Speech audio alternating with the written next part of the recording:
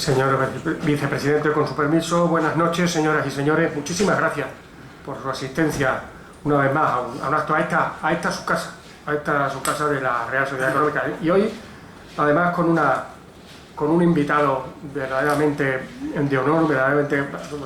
Yo estaba hablando con él ahora porque el profesor, doctor don Francisco López Casimiro, presentó este libro, de lo que nos va a hablar ahora, producto de su tesis doctoral en esta casa. En esta casa, en el año 93, estábamos hablando, y la verdad, desde entonces lo guardaba y es un trabajo excepcional.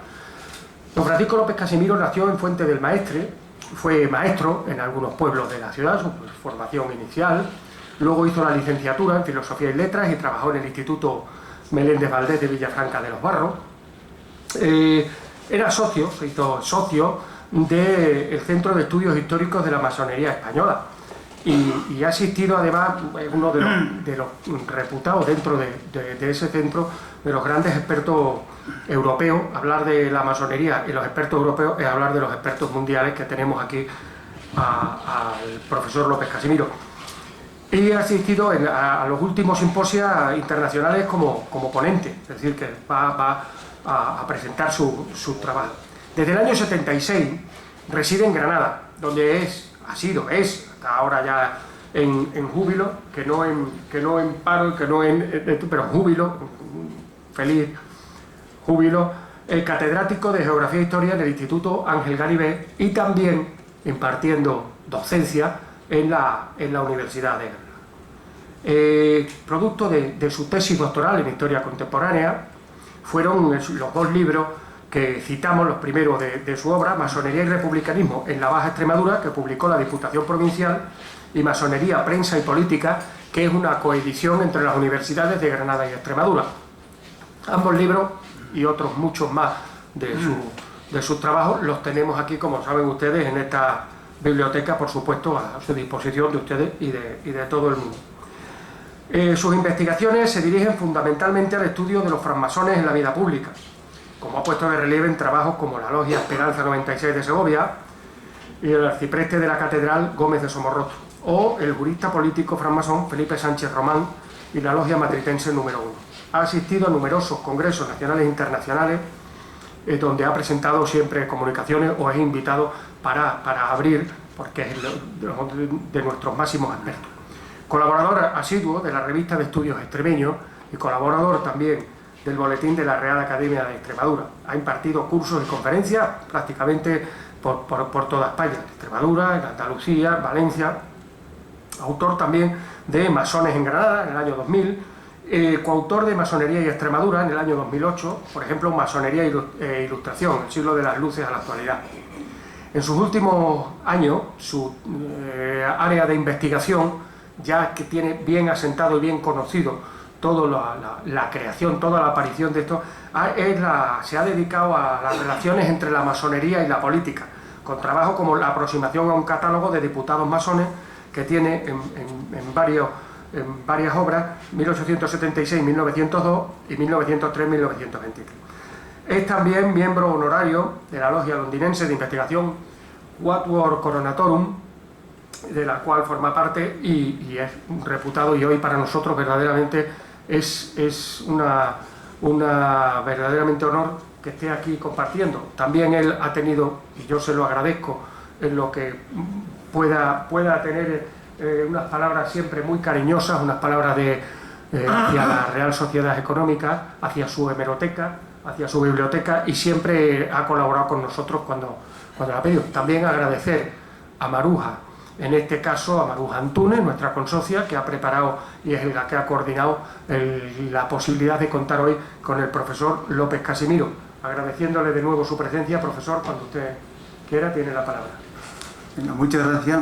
Hay que ver la cantidad de cosas que ha tenido que decir Álvaro Meléndez para que me colocan ustedes. Si yo fuera Domínguez Ortiz, hubiera dicho, este señor es Domínguez Ortiz. Ha tenido que decir un montón de cosas para que me coloquen ustedes. Bueno, no es que tenga muchos méritos, ya lo he dicho más de una vez. Lo que tengo son muchos años. Entonces, como tengo muchos años, he escrito o he hecho algunas cosas. Para mí es una satisfacción darle las gracias en primer lugar a Álvaro por la presentación tan exhaustiva que ha hecho y tan cariñosa, porque se ve que efectivamente me tiene afecto cuando, aunque no me conociera, cuando ha dicho tantas cosas buenas. Y para mí es una satisfacción estar aquí, porque yo soy una persona agradecida y debo mucho a esta casa, a esta sociedad, de mis investigaciones. Yo conozco, creo que bastante bien la hemeroteca, la mejor de Extremadura, una de las mejores de España, y gracias a esa hemeroteca, a los fondos y sobre todo a la ayuda impagable de mi amiga Lucía Castellano, que me ayudó mucho cuando yo estaba en mis libros, siempre lo he reconocido en los trabajos, que gracias también a Lucía. De modo que muchas gracias, porque están ustedes aquí escuchando probablemente un rollo. De todo modo, cuando se cansen, me levantan la mano y dicen, ya está, y pasamos al coloquio. Bueno, la primera pregunta que se hace uno dice, bueno, ¿y qué interés tiene hablar de la masonería en pleno siglo XXI? Bueno, miren ustedes, la masonería, yo no soy masón, yo soy estudioso de la masonería. Yo soy, creo ser un aficionado a la historia, un historiador. Entonces me interesa de la masonería solo la proyección sociopolítica. Del régimen interno de la masonería me interesa menos, de los rituales, me interesa menos, pero sí del papel que jugaron en la vida pública los masones, que fue muy importante en Extremadura. Yo digo, ¿qué interés tiene? Bueno, miren ustedes, en primer lugar, hay 8 millones, no menos de 8 millones de masones en el mundo. Fundamentalmente, los masones están en Estados Unidos y en Inglaterra. También hay en Francia, también hay en Italia, también hay en América Latina, obviamente también hay en España, pero fundamentalmente de estos 8 millones, un porcentaje muy alto están en Estados Unidos y están en Inglaterra. Es una sociedad muy prestigiosa. A título anecdótico, estuve en un simposio internacional en Cuba y los cubanos son muy abiertos. Y yo preguntaba cosas porque yo iba con ánimo de ver cómo funcionaba el régimen castrista en la realidad, y yo preguntaba, entonces me preguntaba mucha gente, no uno ni dos ni tres, ¿y usted a qué ha venido aquí? ¿Ha venido a un simposio internacional de qué? Sobre masonería. Y hablar de la palabra masonería en Cuba era una sociedad muy respetada, muy respetada. No en vano, José Martí, el héroe de la independencia cubana, había sido masón. Entonces, en Cuba, la masonería es muy respetada, y en el mundo entero es una sociedad muy respetada. Pero en Estados Unidos, por ejemplo, varios presidentes, Donald Trump no, pero varios presidentes de Estados americanos, de los Estados Unidos, han sido masones, empezando por Washington, pasando por Jefferson, por Lincoln, por Johnson, por Gerald Ford, han pertenecido a la masonería. Pero piensen ustedes, por ejemplo, que científicos como Fleming, el inventor de la penicilina, perteneció a la masonería. En España, Ramón y Cajal perteneció a la masonería. El primer hombre que puso el pie en la luna era masón, Armstrong. Y después, un día dando la conferencia, hablando de esto mismo, me salió alguien que conocía mucho el tema de la investigación espacial, me vino diciendo, no, mira, que no fue solamente Armstrong, que hasta 13 hombres que han estado en el espacio han pertenecido a la masonería. Músicos, pues empezando por Mozart, pasando por Haydn y terminando por Beethoven, han pertenecido a la masonería. Han pertenecido a la masonería también el fundador de la Cruz Roja, el fundador de los Boy Scouts. O sea que hay un montón de personajes de la vida pública que han pertenecido a la masonería. Bueno, los que nos dedicamos al estudio de la masonería tienen un nombre que a mí no me gusta demasiado, se llama masonólogos. Los estudiosos del tema solemos distinguir entre masonería operativa y masonería especulativa o moderna. La masonería operativa es los constructores de catedrales. Ese dicen, o hasta ahora se ha venido diciendo, ya está, la tesis está un poco desacreditada, que era el origen de la masonería, los constructores de catedrales. Es que todavía en la masonería se tienen un montón de símbolos que tienen su origen en lo que eran los materiales y los instrumentos de las logias de la Edad Media. Entonces, por ejemplo, Entonces, los gremios eran muy cerrados. Y las tres etapas que hay en un gremio, que es el aprendiz, el oficial y el maestro, es lo que existe, lo que se llama la masonería simbólica. Entra uno, aprendiz, pero lo mismo que la masonería simbólica, digo, la masonería operativa, en la Edad Media, pues había que iniciarse.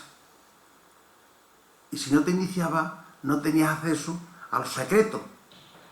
Y ese es el origen de los secretos masónicos. Pero miren ustedes, la Iglesia Católica también es una sociedad iniciática. Si no pasas por el rito del bautismo, no eres cristiano. Pues para ser masón hay que pasar por una ceremonia que es la iniciación. Bueno, pues en la Edad Media se pasaba por la iniciación, que era el paso previo. Hasta que uno no se iniciaba, no participaba de los secretos del oficio. Cuando uno se iniciaba ya podía participar de los secretos del oficio. Bueno, ahí es la segunda parte, lo que le he dicho de la masonería moderna o especulativa. ¿Qué significa eso? Bueno, a partir del siglo XVII no se construyen ya grandes edificios. Ya no se construyen grandes edificios. ¿Por qué? Bueno, porque están ya construidos prácticamente.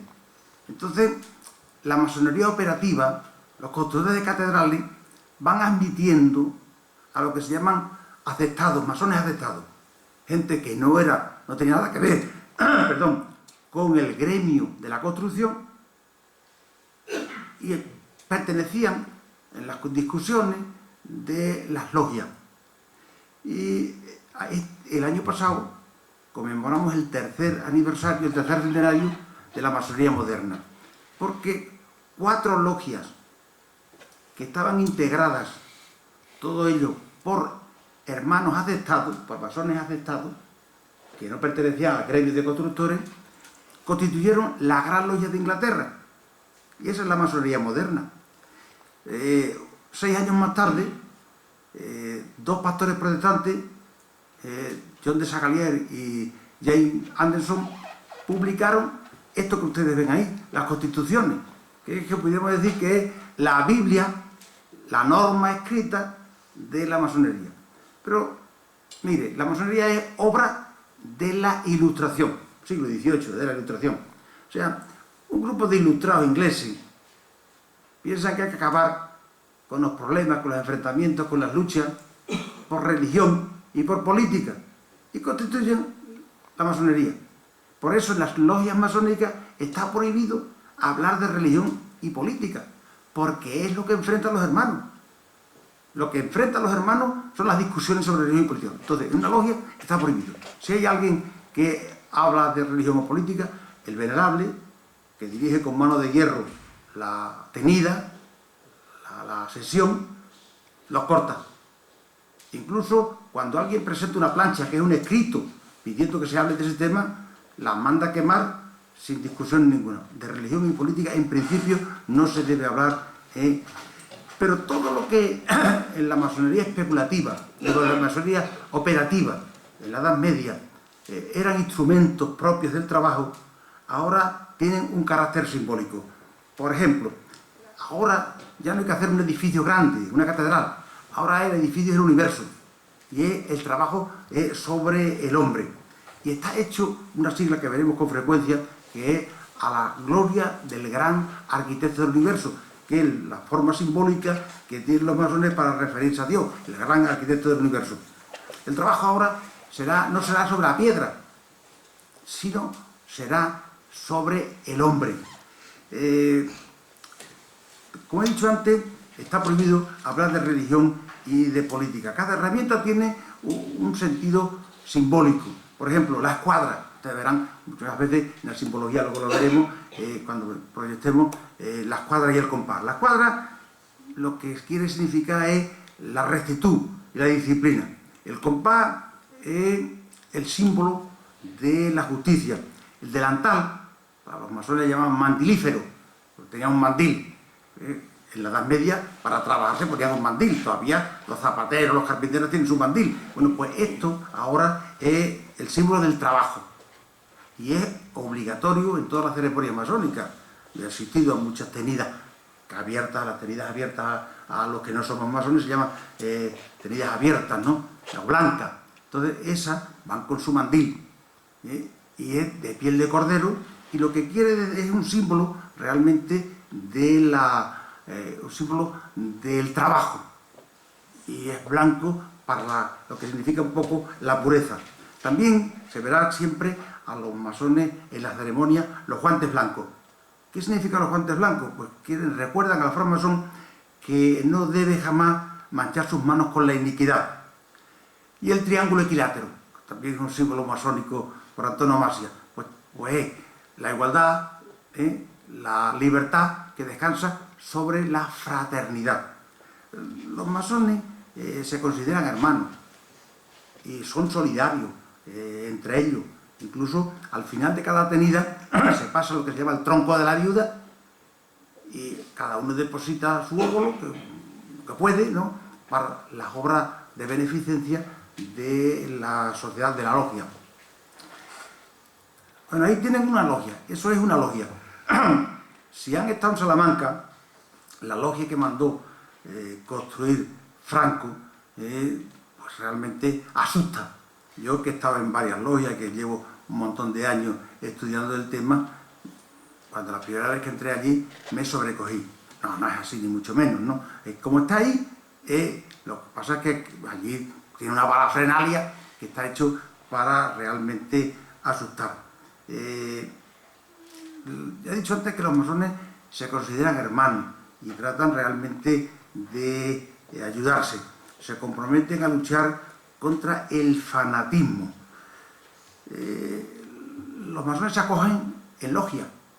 Las logias suelen tener como mucho una veintena. Aquí la logia Pagagusta tuvo alguna vez bastantes más, pero no es normal. Una veintena, si hay más, se comparten y se buscan, porque si no, no es operativo, en el sentido intelectual, el trabajo de la logia. Antes le comentaba con Álvaro, y es que en la masonería es más fácil salir que entrar. Entrar es difícil, no entra cualquiera. Además, pasa por un filtro considerable. Empieza porque te tienen que aprobar por unanimidad la Universidad del Taller. O sea, uno solicita ingresar a la masonería, le mandan un triángulo, 3 hermanos que lo examinan, lo proponen, secretamente se le meten en una bolsa bolas negras o blancas.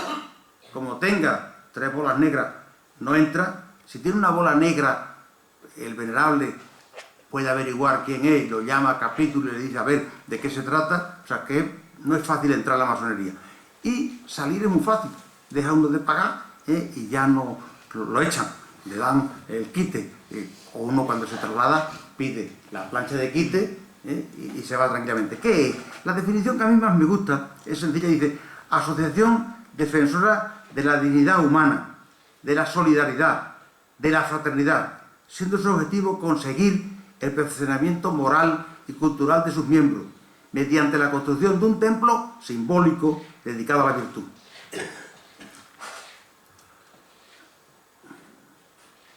¿Qué pasa aquí ahora?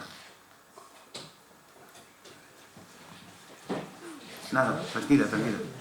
Bueno, si conocen Salamanca, el archivo de Salamanca, Franco a los estudiosos de la masonería le hizo un gran favor, porque requisó toda la documentación en la medida en que las tropas franquistas, o llamadas del Ejército Nacional, iban pasando por las distintas ciudades, requisaba toda la documentación y la centralizó en Salamanca.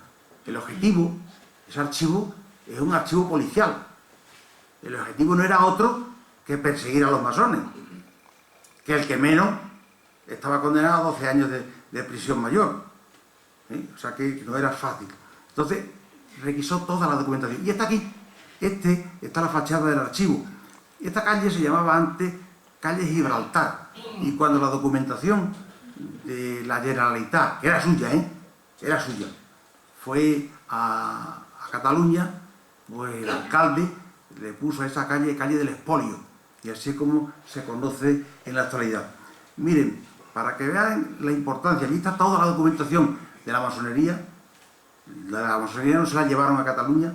Todo de todos los expedientes que se hicieron para perseguir a los partidos de izquierda, a los sindicatos, todos tienen una ficha exhaustiva, policial. Luego, efectivamente, han trabajado mucho ahí los archivadores, los archivistas, y han hecho un trabajo serio, pero el origen suyo es un archivo policial. Mire, el último tercio del siglo XIX se podía considerar la edad de oro de la masonería española. En ese periodo, escasamente 30 años, un tercio del siglo XIX, trabajaron 1.750 logias, a las que estuvieron afiliados 82.000 masones. Sin embargo, en el siglo XX, después de la guerra colonial que se acusó a la masonería de connivencia con el separatismo, pues desde principios del siglo hasta el 39 trabajaron solo 229 logias respecto a 1.750, es la diferencia, y 64 triángulos. Y estuvieron afiliados en todo el primer tercio del siglo XX, hasta el 39, unos 5.000 masones. Compárenlo con 82.000 que hemos contabilizado del último tercio del siglo XIX. Esto se ha saltado uno, ¿no? No.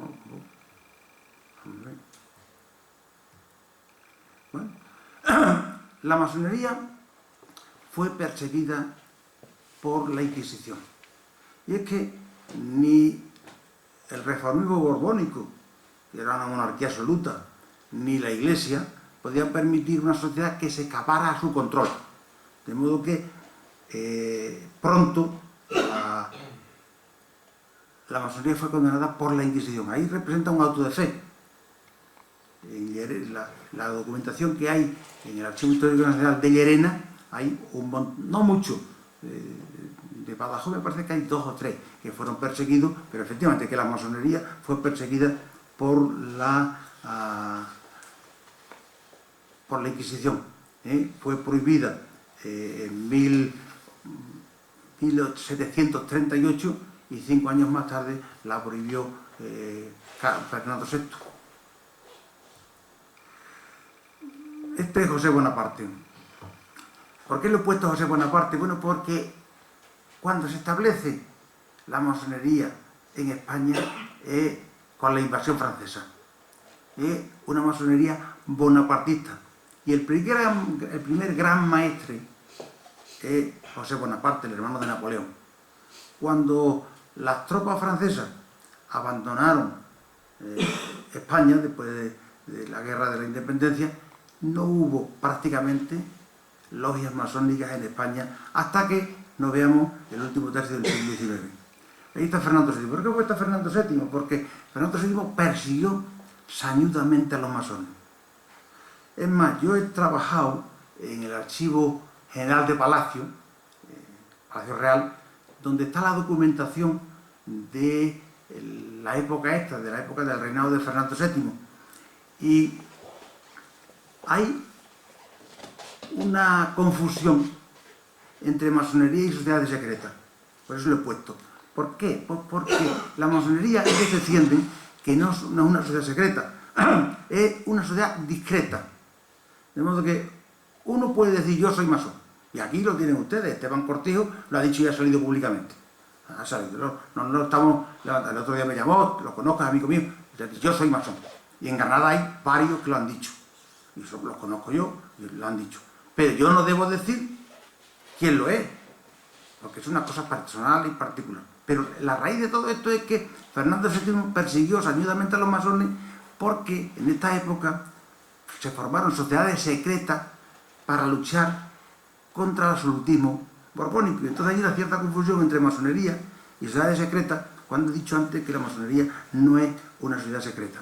En Granada fue en 1827, fue sorprendida una logia en el momento que estaba haciendo la iniciación.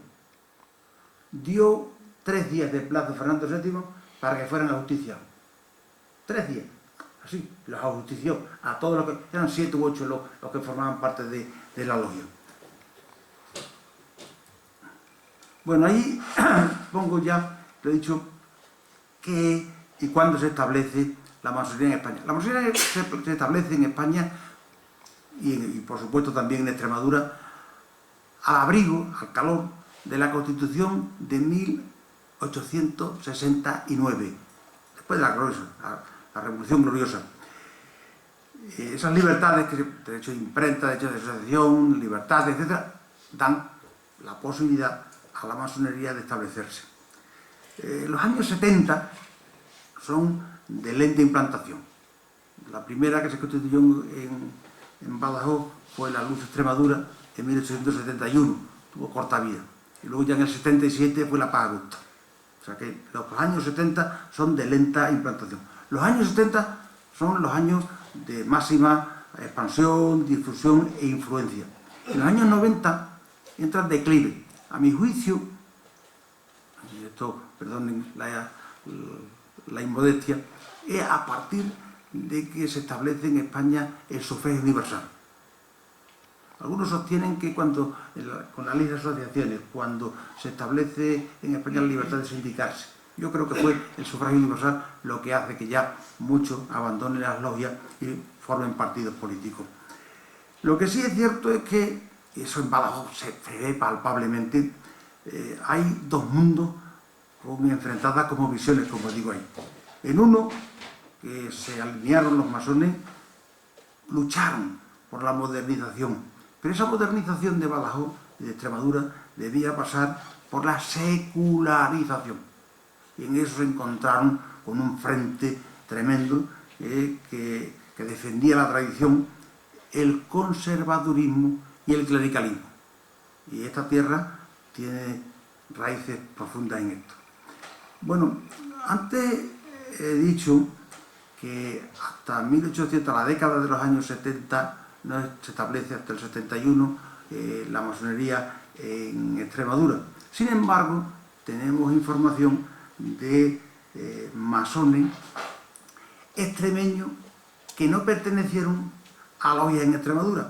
Ahí he señalado a dos muy importantes, hay bastantes más, ¿no? A Bartolomé José Gallardo, que era natural de Campanario, que ya era un feroz anticlerical, que era obviamente masón, se inició en una logia de Bayona, en la Selén, y tenemos ahí también a Ramón María de Calatrava, que lo he puesto porque fue gran maestre del Gran Oriente Nacional de España. Su hermano José María también era masón. O sea, hay un montón de gente que perteneció a la masonería, aunque realmente no se afiliaron a logias españolas, a logias extremeñas, porque entonces no había ninguna logia en España. ¿A qué llamo yo, perdonen la inmodestia, masones de la diáspora? Bueno, yo llamo masones de la diáspora a aquellos masones ilustres, extremeños, que no estaban afiliados en la logia de Extremadura, pero que tuvieron una gran importancia en la vida pública. Bueno, ahí he señalado en primer lugar a Nicolás Díaz y Pérez. Don Nicolás Díaz y Pérez demasiado alto llegó para ser un autodidacta y para proceder de una familia sencilla. Pero el hecho de que fuera un conspicuo francmasón, que era grado 33, viriato, que amén de esto escribió una obra de historia de la francmasonería, con lagunas, porque no tenía demasiada base, pero hizo eso, fue sometido a las más duras críticas, hasta ataques personales, insultos, por la carcunda de Badajoz. Nicolasón, porque era un hombre alto, de borracho, de inútil, los mayores ataques. En el otro caso es otro también importante, que es Simeón Vidarte, Juan Simeón Vidarte. Este era de Llerena. Este hombre fue el secretario de las primeras Cortes de la República, en la que la mesa de edad la constituyó otro francmasón extremeño, de Vázquez Lemos, don Narciso Vázquez Lemos. Pero, amén de esto, hay una serie de masones extremeños de la diáspora que habría que de alguna manera que reflejar. Por ejemplo, pues el abuelo del antiguo presidente del gobierno, de Rodríguez Zapatero, el capitán Rodríguez Lozano, era masón, por poner un ejemplo. También fue masón Francisco de Vera y Fernández, que era matemático y filósofo. O sea que ha habido francmasones importantes que no estaban afiliados, porque no vivían aquí, a logias extremeñas, pero que han significado algo en la vida pública de... Este es el mapa de las logias. Está señalado con un triángulo donde no se constituyó una logia. ¿Y por qué es un triángulo? Bueno, pues porque para formar una logia hace falta que la constituyan 7 maestros, 7 personas que tengan el grado 3. Cuando no reúnen esta condición, pues se forma un triángulo. Y ahí ven ustedes las logias que hay y los triángulos. Esto es del siglo XIX. No me arrepiento de haber titulado a la logia Paz Augusta el nombre de Faro de Cultura y de Progreso. Miren ustedes, la logia Paz Augusta, que los orígenes era la logia Luz de Extremadura, se constituyó en el verano del 77. Tuvo una vida de escasamente 3 lustros, desde el 77 y el 92 abate columna. Ya, 92. Cuando se fue de aquí a Anselmo Arenas, del que creo que hablaremos, abate columna. Bueno, pues en esos 3 lustros cobijó bajo sus columnas, como dicen los masones, a la flor innata de la burguesía badajozense.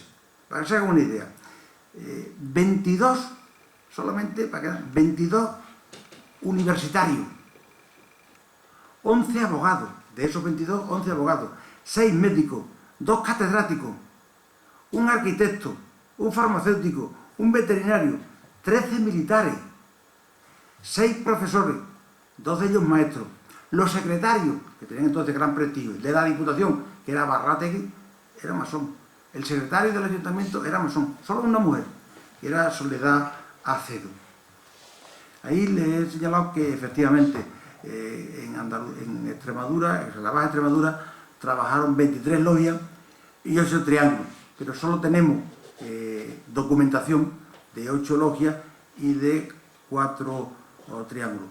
Y yo he contabilizado, fueron más, pero yo he contabilizado hasta 315 hermanos, pero más que el número importa la influencia que tuvieron en la vida pública. Bueno, esto lo he puesto ahí, espero no se ve demasiado bien, porque este es un documento muy importante para los que estudiamos a la sociedad masónica, las logias. Las logias tenían la obligación de remitir a la sede central, al Gran Oriente, un cuadro lógico, que era una especie de estadillo, semestralmente, donde aparecía, amén del nombre y apellido, aparecía el simbólico, el nombre por el que era conocido a raíz de Fernando VII, que los perseguía, se adoptaron un nombre simbólico para que no supiera identificarlo.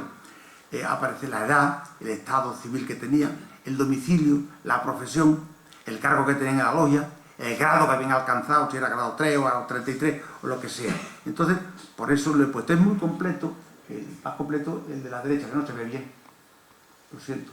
Pero el primero es, el otro es de 1880, porque es el primero que se conserva. No se conserva mucho, es un documento muy importante, pero que ha desaparecido, porque ya saben cómo se hizo esto. Requisó toda la documentación Franco y mucha gente, obviamente, la destruyó antes de entregarla, porque era una forma de perseguirlos, ¿no? Bueno, cuando un grupo de los miembros de una logia alcanzan a partir del grado 4, forman lo que se llama una logia capitular. Y ahí está el capítulo Rosacruz Luz Augusta, que es como se llamaba el capítulo. La logia Paz Augusta tuvo tanto prestigio que constituyó un capítulo.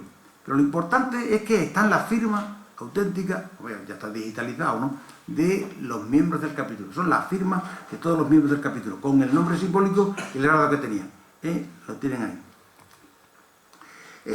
El punto álgido, el momento mejor de la logia Paz Augusta fue 1884, que llegó a tener hasta 65 hermanos. verdad que de ellos 6 militares y 2 paisanos no podían, porque estaban exiliados después del pronunciamiento militar del golpe de Estado del verano, del agosto de 1883. Conocemos, manejando la prensa, gracias a la prensa de aquí, la afiliación política de 50 de ellos. Eran republicanos. O sea que la mitad de todos los miembros que tuvo la Paz Augusta pertenecieron a partidos republicanos, federales, centralistas, que era como se llamaba al partido de Salmerón, o también el partido zorrillista, el de Ruiz Zorrilla. Bueno, pues 8 de ellos fueron liberales, entre ellos Isidoro Osorio. Trabajaron fraternalmente, a pesar, también de eso me ocupé, a pesar de distintas ideologías.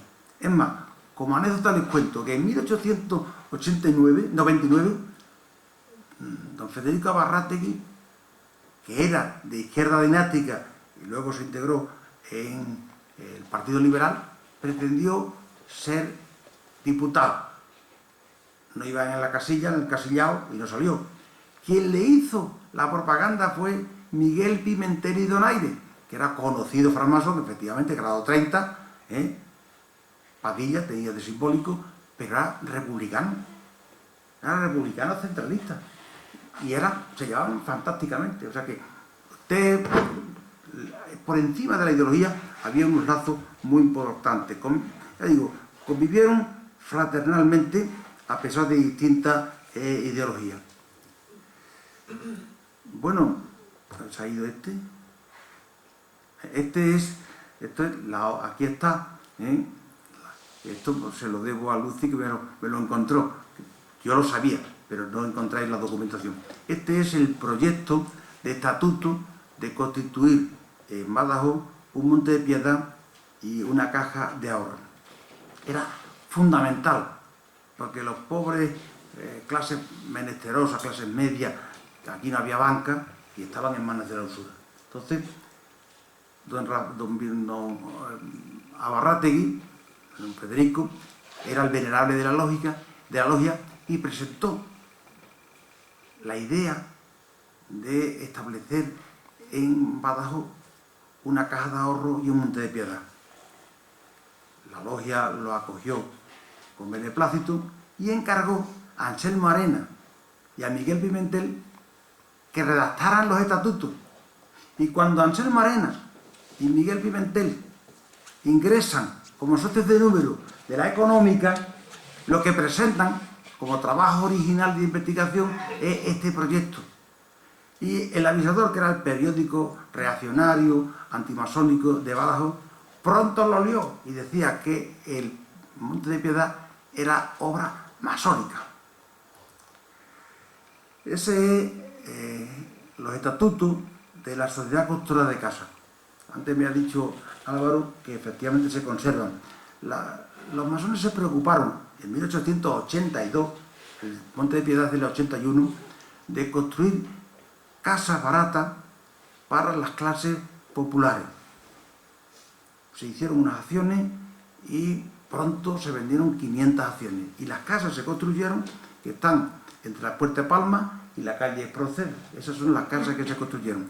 Y ahí ven ustedes quiénes formaban parte. Pues Ramón González, que era el venerable de la logia. O sea, era una obra totalmente masónica. Juan Espalza, que era catedrático de dibujo del instituto. Ruiz de la Canta, que era profesor mercantil. Federico Abarrátegui, Antonio Gutiérrez, en su casa se celebraban las tenidas, su mujer era Soledad Acedo, y Javier Ruiz de Lecanda. O sea, todos eran miembros de la logia Paz Augusta. O sea, esto era una obra masónica. Los masones dicen que no son un partido político, ni son un sindicato, y que cada uno es libre de afiliarse al partido que quiera. Sin embargo, los masones de la logia Paz Augusta, que yo conozco también, obviamente, la de Badajoz, la de Granada, ¿no? Y más de España, ahora que estoy trabajando, o he trabajado en el Congreso de los Diputados, ahora estoy con el Senado. Bueno, pues, de 3 masones miembros de la logia Paz Augusta, tenemos constancia de que fueron diputados. El primero de todos fue Fernando Ceballos, que vivía en Villafranca de los Barros, que era de Jerez de los Caballeros, y ese fue diputado por el distrito de Almendralejo. Poco tiempo, murió enseguida. Fue diputado también por el distrito de don Benito Villanueva, Esteban Barquero, y el diputado fue don Narciso Vázquez, que fue el que presidió la mesa de edad de las Cortes de la Segunda República. 5 miembros de la Paz Augusta fueron diputados provinciales, 12 fueron concejales, 10 republicanos y 2 liberales. Bueno, ese otro cuadro lógico, este es más completo, no se ve bien, pero es más completo este cuadro lógico. Este es de la otra logia que tuvo Badajoz. La otra logia se llamaba la Logia Caridad Masónica. Tuvo muy poca vida, un año. La fundó Francisco Fernández porque era Echevarría, Francisco Echevarría, porque él era empleado del Banco de España en Granada y logró ahí juntar a 4, 5, 6, 7, montó una logia aquí. Tuvo una corta vida, un año. Las disputas internas acabaron con la logia, pero tuvieron buena relación con la logia Paz Augusta, hasta el extremo de que el presidente, el venerable de esta logia, con Narciso Vázquez, montaron en Badajoz la Asociación de la Cruz Roja. O sea que debieron tener buena relación. La otra logia importante de Badajoz, digo de Extremadura, es la Logia Emérita Augusta de Mérida. No tuvo la proyección sociocultural y política que tuvo la Paz Augusta, pero fue la logia que tuvo más larga vida. Hay una cosa importante, ¿no? Lo que ven ustedes en la izquierda es el acta de constitución de reanudación de los trabajos. O sea que esta logia debió estar en trabajo en el 82. Debió estar, no tengo documentación para afirmar, pero debió estar. Y probablemente después del golpe del pronunciamiento republicano debieron disolverse y entrar en sueño, que es como se llama en el argot masónico, cuando uno no se da de baja, pero no practica, no es tan activo. Y en el año, ahí lo ven, el año 88 es cuando precisamente Nicolás Díaz y Pérez, el encargado por el gran maestre, para reanudar los trabajos. Y esta es la logia, fíjense, digo, en el cuadro lógico, que ahí aparecen los simbólicos, no aparecen los nombres, o sea que todavía tenían ni miedo y ponían gambeta, que era el simbólico de Venerable, que era Macías, ¿no? Están ahí con los simbólicos, con el grado, la edad, y el acta, no, aquí, el acta de constitución de la reanudación de los trabajos. Este es el último cuadro lógico, que es de 1897, fue la logia de más larga vida, porque todavía en el 99 está en trabajo, todavía en el 99, y por eso este es el último cuadro lógico. Fíjense que tiene hasta 3 triángulos, incluso a la logia pertenecieron hasta 120 hermanos de la logia Emérita Augusta. Y, hombre, tuvo menos proyección, por supuesto, que la logia Paz Augusta, pero 3 miembros de la logia Emérita Augusta fueron concejales del Ayuntamiento de Mérida. Y los 2 periódicos republicanos que se publicaron en Mérida, La Voz del Pueblo y La República, eran dirigidos por 2 miembros de la logia Emérita Augusta. Concretamente, a algunos les sonará Luis Moreno Torrado, que era natural de Salvaleón y que estuvo afiliado a la logia Paz Augusta y luego se afilió a la logia Emérita Augusta y fue director de la República. Y Enrique Roger, que era el director de la logia, era el director del periódico La Voz del Pueblo. Bueno, me parece que esto se ha saltado. No me aparece, que no sé. Es posible que... No, es que... No importa, lo digo. No, se ha saltado alguno. Cuando esta mañana... Laura, no, pero tranquila, que no tiene importancia. No, es que... No, se ha saltado, que la copiaba aquí. No, que no tiene importancia. No, porque el documento está bien. Este es no, este es este. Pues se ha saltado uno. No tiene importancia. Es que Mérida tuvo varias logias, pero de los que tenemos documentación de la Emérita Augusta, de la que acabo de hablar, que abatió columnas a finales de siglo, en 1899, y que hemos visto el último cuadro lógico, que es el 97, que es este, y la otra logia, que era la Logia Libertad. La Logia Libertad empezó siendo un triángulo, luego se erigió en logia, y al año siguiente, en el 92, se erigió en logia, y en el 93 se fusionó con la Emérita Augusta. Entonces hay un cuadro lógico y aparece todo eso, no se va a saltar, pero no tiene importancia, ¿no? Este sí, este tiene importancia porque no es frecuente encontrar en Granada, en toda la documentación de Granada que la tengo yo, no has encontrado. Este es muy importante, un documento importante porque es el título de grado 2, de compañero de un miembro, un hermano de la Logia Emérita Augusta, que es Antonio Hernández, que tenía de simbólico Isabel. Y este es, para que vean un poco todo el tema de cómo estaba constituido, el título de grado 2. Mira, ha pasado. Esto es lo que decía antes de la Emérita Augusta, cuando digo de la Logia Libertad 151. En este primero, cuando se constituye en logia, era un triángulo y se convierte en logia. Y aquí es cuando dicen que por unanimidad han pensado unirse, fusionarse con la Emérita Augusta, pero no tiene mayor importancia. Venga, vamos a seguir. Y Herrera tenía por esta fecha, 1887, 1888, los años estos, tenía escasamente 6.000 habitantes. Sin embargo, tuvo hasta 4 logias. Lo que pasa es que solamente conservamos documentación de esta. Y la documentación que conservamos es muy mala, porque es cuando dicen que abata en columna, que se acabó. Es la logia regiana. Tuvo, digo, corta vida, escasamente un bienio, y luego yo lo vi a lo encontré en la documentación cuando estudié, me invitaron a dar una conferencia a Almería y lo miré, y luego se fue a Almería y allí montó otra logia, era Francisco Solís Panadero, que era el secretario de la audiencia provincial, del juzgado. Aquí comunican que abaten columna. Las valles, o sea, las Vegas Altas del Guadiana, lo mismo en Villanueva que Don Benito, tuvieron varias logias, hasta 4, 2 Don Benito y 2 Villanueva. Sin embargo, solo conservamos documentación de la de Don Benito, que era la Luz de la Verdad.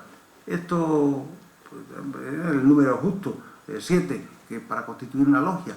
Y estos hermanos montaron una logia que no se acogió a ninguna obediencia. Una obediencia es una federación de logias. Un grupo de logias forma una obediencia. Y entonces, no se acogieron, ¿ves? Pone ahí, independiente, no se acogieron, pero tuvo corta vida. También ahí que ahí, en Villanueva, trabajaba un feroz antimasón, que era Baldó, Juan Baldó, Anselmo Juan y Baldó. Y este hombre nunca la cita. Y veía masones hasta debajo de las piedras. Es decir, que probablemente no tenía ya vida cuando él publicó la ley católica, que luego lo veremos.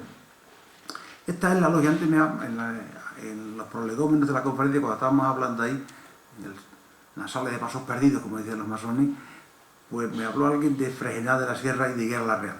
Esta es la logia de Amistad, número 363 de Fregenal de la Sierra. Esta logia, probablemente, el origen de las logias es que alguien que se ha iniciado en Madrid, médico, abogado, alguien, y 2 o 3, que le dice, pues vamos a montar aquí una logia. Ese es el origen de la mayor parte de las logias. Nada, como dicen algunos, del ferrocarril, no. Entonces, pensaron levantar columnas, que es el argot masónico, lo que se llama constituir una logia, en Higuera la Real. Pero allí corrieron el bulo, la especie de que los masones abrían a los niños en canal para hacer sortilogio. Total, que las madres montaron un escándalo tremendo contra los masones, y entonces en lugar de constituir la logia Liguera la Real, la constituyeron en Fregenal de la Sierra. Pero era una logia comarcal, fíjense ahí de la cantidad de pueblos que procedían. Pero a pesar de eso, hay una cosa muy importante, y esto, en Granada se conserva uno, y aquí otro, el reglamento de